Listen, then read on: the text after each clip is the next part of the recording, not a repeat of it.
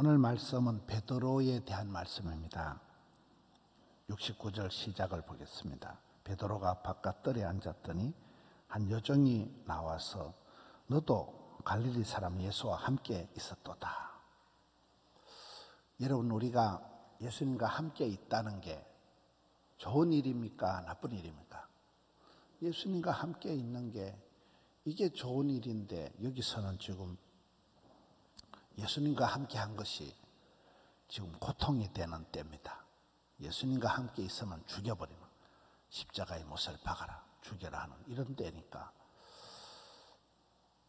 예수님과 함께 하는 게 우리의 신앙생활의 가장 기본인데, 여주동행, 포도나무 가지가 줄기에 붙어 있듯이 예수 그리스도와 연합하는 게 이게 신앙생활의 가장 기본인데, 지금 베드로는 예수님과 함께 있었다고 이제 곤욕을 당하게 됩니다. 예수님과 함께 있었다는 걸 표현을 하면 지금 고통이 오고, 아니다 하면 모면은 하겠죠. 예수 믿는 게 부끄럽고, 이게 이제 시대의 고통입니다. 지난 금요일 날 한 갓플렉스 행사가, 갓플렉스 이름 뜻이 내가 예수 믿는 것을 자랑한다. 그게 갓플렉스라 하더라고요. 사람들이, 손주원 그 메가스터디 회장도 할머니 때부터가 예수 믿는 걸 자랑하고 그렇잖아요. 그게 찬양팀들이 인천에서 와가지고 이틀을 지내는데, 찬양 인도하는 그 조성민 그 전도사님은 여러 결석이 생겨가지고 병원에 입원해서 돌을 깨다가 왔더라고요. 돌을 깨다가 와서 찬양을 인도하는데, 돌을 깰 때 여러 결석이 아프잖아요. 그런데도 끝까지 다 자리를 완수를 하고, 예수 믿는 것을 자랑하는 것이 이게 갓플렉스인데, 여기는 베드로는 너도 예수님과 함께 있었도다. 이 말 한마디에 아이고, 나는 70절 봅시다. 베드로가 모든 사람 앞에서 공개적으로 부인하고 네가 무슨 말을 하는지 알지 못하노라. 베드로의 모습입니다. 여러분, 베드로가 왜 이렇게 됐을까요? 이 앞쪽에 예수님께서 겟세마네 동산에서 시험에 들지 않게 깨어있어 기도해라.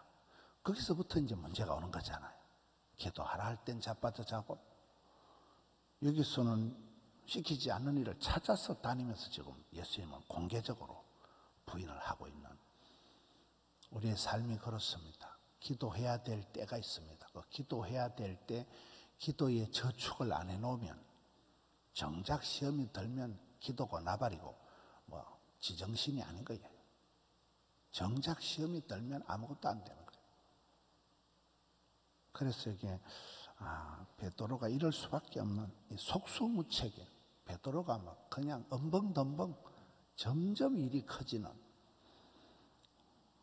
우리가 기도할 수 있을 때 기도해야 된다. 항상 그 기도의 끈을 팽팽하게 잡아 당겨야 된다. 주님과 나 사이 기도의 끈이 팽팽해야 된다. 느슨하면 안 된다. 기도의 끈을 팽팽하게. 부담이 축복이다. 부담이 돼. 밤에 잠이 안 올 정도로 부담이 되고 땡기고. 여러분, 새벽기도 오랜만에 하려고 하면 밤에 막 잠을 못 잡니다. 놀래가지고 깜짝깜짝 깨고 막 더 잠을 못 자고. 그게 정상입니다. 그런 세월이 지나야 일상의 회복, 의인들의 일상이 되는 거예요. 당연히 그냥 기도합니다. 71절을 보겠습니다. 이제 앞문까지 나아가니 또 다른 여종이 그를 보고 이 사람은 나사렛 예수와 함께 있었도다. 계속 예수님과 함께 있는 것을 시비를 거는 거예요. 72절에 베드로가 3단계로 부인합니다. 맹세하고 부인하고 나는 그 사람을 알지 못한다. 계속 점입가경으로 베드로가 3단계로 예수님을 부인을 합니다. 73절에 조금 후에 곁에 있었던 사람들이 나와 베드로에게 이르되 너도 진실로 그 도당이라. 네 말소리가 너를 표명한다 하거늘. 74절에 그가 저주하며 맹세하여 이르되 나는 그 사람을 알지 못하노라 하니 닭이 곧 울더라. 참 이 베드로가 3번이나 부인하고 저주하고 맹세하고 이런 모습을 보게 됩니다. 김양재 그 우리들 교회 목사님이 해석이 되어지면 내가 왜 이렇게 내 팔자가 내 집안이 이렇게 복잡하냐, 내 삶이 말씀을 통해서 해석이 되어지면 해결이 되어진다. 여기서 문제는 베드로가 해결을 하지 않으니까 계속 일이 어려워지는 거예요. 해결을 해야 회복이 되는 거예요. 주님 앞에 항복을 해야 행복해진다. 이런 우리가 회개하지 않고 자꾸 변명을 하고 이유를 대고 회피를 하기 시작하면 답이 안 나오는 거예요. 점점 어려워지는 거예요. 여기 베드로가 그 74절 끝에 그 닭이 울더라 할 때 베드로가 이게 누가복음 22장 61절에 가서 보면 그때 예수님께서 돌이켜서 베드로를 보셨다는 표현이 나옵니다. 누가복음에만 있는 표현이에요. 뭐 베드로가 정신없이 막 부인하고 저주하고 도망가고 이럴 때 예수님께서 그때 베드로를 바라보면서 베드로하고 눈이 마주친 장면이 누가복음 22장 61절에 나옵니다. 그러니까 베드로는 뭐 정신도 없고 막 부인하고 저주하고 맹세하고 호들갑을 떠는데 예수님께서 그 베드로를 이렇게 가만히 바라보시는 거예요. 사랑의 눈길로. 그 만감이 교차될 거 아닙니까? 베드로를 가만히 바라보시는 거예요. I see you 하는 거예요. 아이고 베드로야, 내가 뭐라고 하더냐. 사랑의 눈길로 베드로를 바라보시니까 베드로는 엄벙덤벙하는 그 못난 베드로, 네가 수제자냐 하지만 못난 베드로, 허물투성이인 베드로지만은 예수님께서는 우리가 성경을 보면 끝까지 한 번도 베드로를 단죄하지 않고 끝까지 사랑하는 거예요. 끝까지 그냥 오두고 나가고 실패를 해도 자빠져도 허물이 많아도 베드로 그 예수님의 그 사랑의 눈길로 쳐다보는 바라보는 그것이 베드로를 이제 변화를 시키는 거잖아요. 마지막 75절에 이에 베드로가 예수님 말씀에 닭 울기 전에 네가 3번 나를 부인하리라 하심이 생각나서 밖에 나가서 심히 통곡하니라. 견딜 수가 없는 거예요. 그 변명투성인 베드로가 이게 눈물밖에 나오는 것이 없는 거예요. 전설에 의하면 그 이후에 또 베드로는 새벽에 닭만 울면 통곡을 하면서 회개했다는 거예요. 그게 전설에 나오는 얘기입니다. 눈물 테라피다. 눈물이 나오면 이제 사람이 변화되는 증거입니다. 저는 어릴 때 시골에서 새벽 기도를 나가보면 늘 어른들이 울더라고요. 저는 시골 교회에서 어릴 때 새벽 기도는 꼭 울어야 되는 줄 알았어요. 새벽 기도는 교회 가서 우는 시간인 줄 알았어요. 다 어른들이 우니까 할머니들이 울고 다 새벽 기도마다 사람들이 다 우는 거예요. 근데 대구에 이제 공부를 하러 고등학교부터 나가보니까 도시 끝들은 안 울더라고요. 그때부터 눈가리가 말라 비틀어졌다고 봐요. 굉장히 우리 신앙이 드라이해져. 찬송 부르다 울고 기도하다 울고 이 눈물이 성도의 이게 눈물이 해독소다 그래요. 눈물이 이게 가장 중요한 감성이 있을 때 눈물이 나는 거거든요.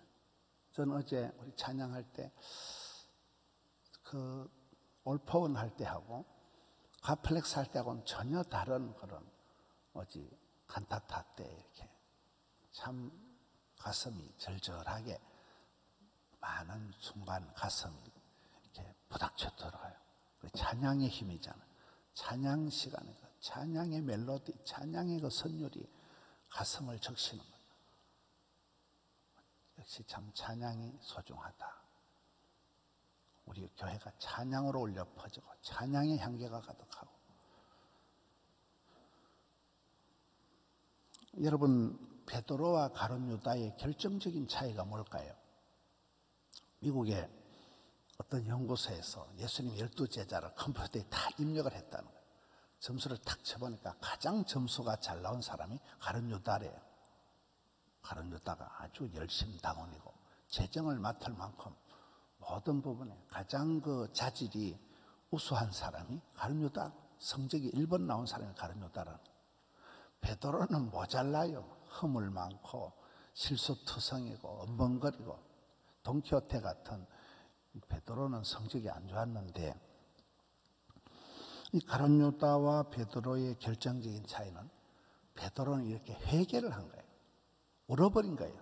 여기서 그냥 하나님 앞에 뭐 체면이고 뭐고 없고 그냥 울어버린 거예요. 회개한 사람이 베드로고, 가룟 유다는 끝까지 회개하지 않았다가 그냥 자살을 하고 맙니다.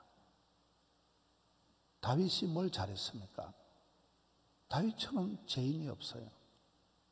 그리고 끔찍한 죄를 지은 다윗이지만은 다윗이 하나님 앞에 회개했기 때문에 하나님은 다윗을 정직한 왕이다. 정직하다는 말은 깨끗하다는 말은 아니에요. 솔직하다는 얘기예요. 하나님 앞에 회개한 사람이 다윗 왕입니다. 성경에는 회개한 사람은 회복이 되는, 여기에 베드로와 가룟 유다의 결정적인 차이는 회개가 있느냐 회개가 없느냐. 회개의 열매가 있더라고요. 회개에 합당한 열매, 빛의 열매, 모든 착함과 의로움과 진실함, 성령의 9가지 열매, 사랑과 희락과 화평과 온유와 양성과 이래 나가잖아요. 나에게 회개의 열매, 빛의 열매, 성령의 열매, 기도의 열매. 이번에 세일이가 끝나고 난 뒤에 나도 주님 꼭 복음 전하게 해주세요. 나도 새 생명을 잉태하게 해주세요. 작정을 하세요. 부르짖으세요. 10,000명 전도, 1,000명 세례, 나도 한 명, 나도 한 명. 저는 제가 전도를 보면 이렇게 2년 전에 전도가 잘 안 돼서 2년 전, 작년에는 2년 말까지 전도가 안 됐는데 작년에는 이렇게 이상하게 잘 되더라고요. 이 전도의 문이 열리는 때가 있는 거예요. 죽으라고 해도 안 되고 말로 해도 안 되고 밥을 사줘도 안 되는데 어느 날 보면 이게 막 문이 열리는 거예요. 이번에 세일의 특세 이후에, 고난주간 특세 이후에 사람 낚는 어부가 되는 베드로가 이렇게 엄벙덤벙하지만 나중에 수제자가 되고 천국 열쇠를 받잖아요. 우리도 그런 회개해서 새 역사가 일어나는, 기도하지 않고 쫓아다니던 자빠져 자던 베드로는 오늘 본문에 실수할 수밖에 없다. 그러나 늦은 때라도 그가 회개하고 통곡을 하고, 그러곤 그가 변화의 주인공이 되어서 사도행전에 가보면 어마무시한 일들이 나. 무식한 베드로 한 명이 설교할 때 3,000명이 회개하고 5,000명이 회개하고 어마무시한 일들을 일으키는, 그야말로 예수님의 수제자. 우리의 삶도 그렇습니다.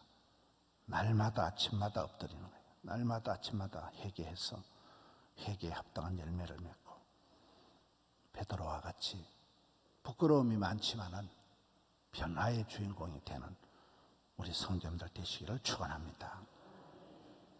하나님 아버지, 고난주간 특세를 통하여 베드로와 같이 회개하고 항복하고 해석하고 변화되기를 원합니다. 주여 만져 주시옵소서. 고쳐 주시옵소서. 새롭게 하여 주시옵소서. 가치관이, 인생관이, 세계관이 변화되고 성경 중심, 하나님 중심으로 중심이 새로워지며 주의 기쁨이 되기를 원합니다. 일상에 찌들어서 사는 삶이 아니라 참으로 한날의 괴로움도 족한 줄로 알고 일용할 양식으로 감사하고 일상이 회복되어서 밥 먹듯이 주님 앞에 그렇게 살아드리는 저들 되게 하여 주시옵소서. 마음은 원이로되 함께하지 못하는 분들, 병상에 누워있는 분들, 가정을 떠나 먼 곳에 있는 분들 일일이 하감하여 주셔서 기도의 강력한 네트워크를 이루고 기도의 끈을 팽팽하게 당겨서 기도로 하나 되게 하여 주시옵소서. 부르짖는 자녀들에게 주여 은총을 베풀어 주셨고 이번 성회를 통하여, 이번 특세를 통하여, 이번 고난주간 기도회를 통하여 주여 응답하여 주시옵소서. 기적을 일으켜 주시옵소서. 주님 감사합니다. 사랑하는 성도님들 일일이 하감하여 주셔서 주여 은총을 베풀어 주시옵소서. 새벽에 올려드린 예물들, 감사의 제목들 일일이 기억하여 주옵시고 두 손 들어 은총을 나리워 주시옵소서. 예수님 이름으로 기도하옵나이다. 아멘.